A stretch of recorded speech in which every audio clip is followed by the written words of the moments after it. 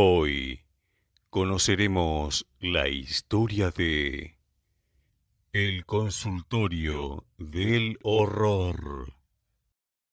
El doctor Ramírez era el jefe de la unidad de psiquiatría del Hospital San José, un prestigioso centro de salud que atendía a cientos de pacientes al día.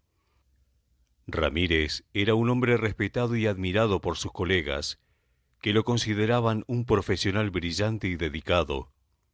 Sin embargo, lo que nadie sabía era que tenía un lado oscuro, que ocultaba atrás una fachada de cordialidad y seriedad.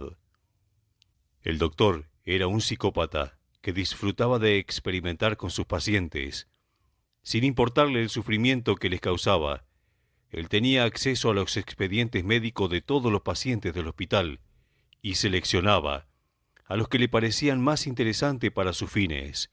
Luego, los trasladaba a una unidad donde los sometía a todo tipo de pruebas y tratamientos, que iban desde electroshock hasta lobotomía.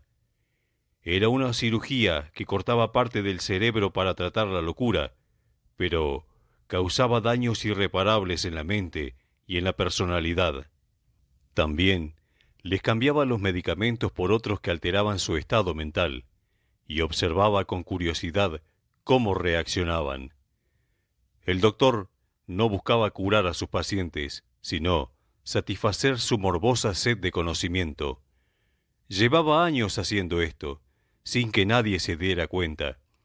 Los pacientes que morían por sus experimentos eran reportados como casos de suicidio, sobredosis o complicaciones naturales. Sus cuerpos eran incinerados y sus cenizas eran arrojadas al río. Los pacientes que sobrevivían quedaban en un estado deplorable y eran devueltos a sus familias o a otras instituciones donde nadie les creía lo que les había pasado. El doctor tenía el control de todo y se sentía intocable. Uno de los pacientes del doctor era un hombre llamado Pedro, que había sido ingresado al hospital por una depresión severa. Pedro era un hombre tranquilo y amable, que había perdido a su esposa e hijo en un accidente de tráfico, y que no encontraba sentido a su vida. El doctor Ramírez lo eligió para su experimento más ambicioso: inyectarle una sustancia que provocaría alucinaciones y pesadillas, y luego someterlo a una sesión de hipnosis para intentar acceder a su subconsciente.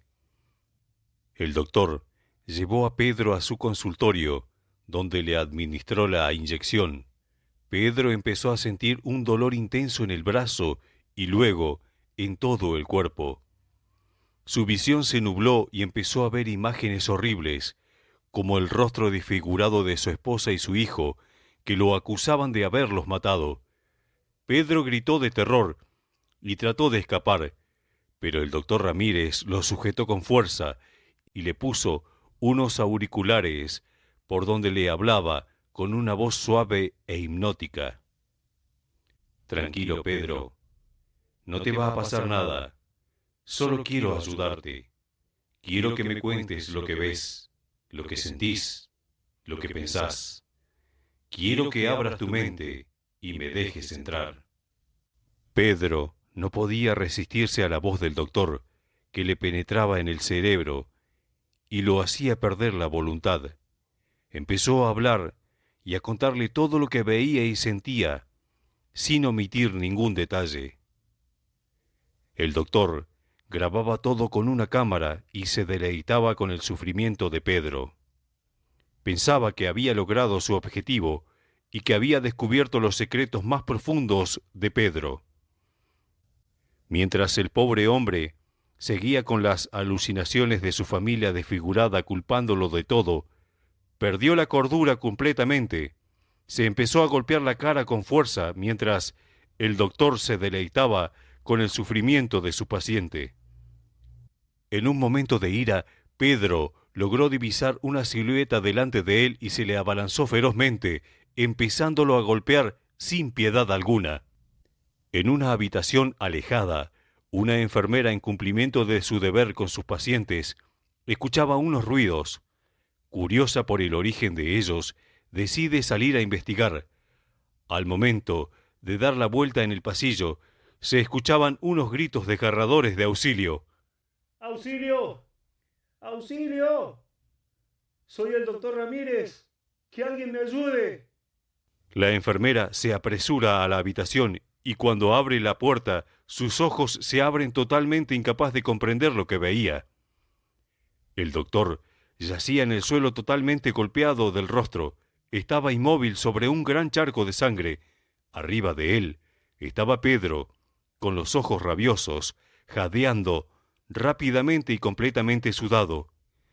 La enfermera rápidamente salió del lugar gritando por ayuda al equipo de seguridad.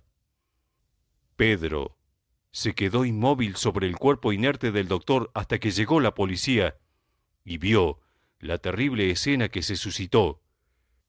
Fue arrestado y llevado a la justicia por el caso de homicidio.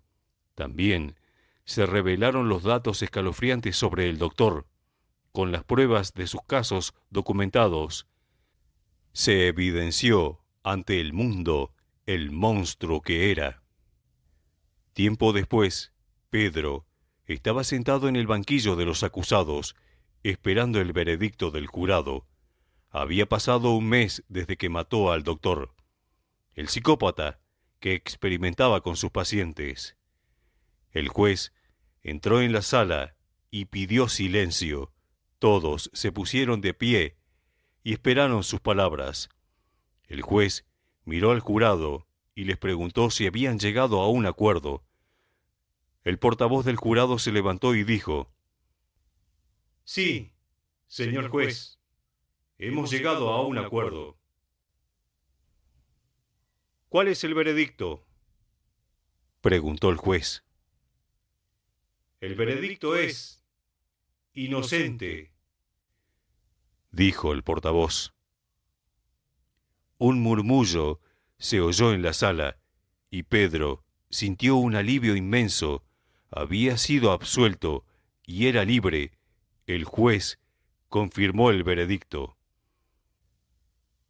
El jurado ha declarado a Pedro no culpable de homicidio, por considerar que actuó en legítima defensa y que fue víctima de los abusos y crímenes del doctor Ramírez. Pedro queda en libertad y se le retiran todos los cargos. El caso queda cerrado.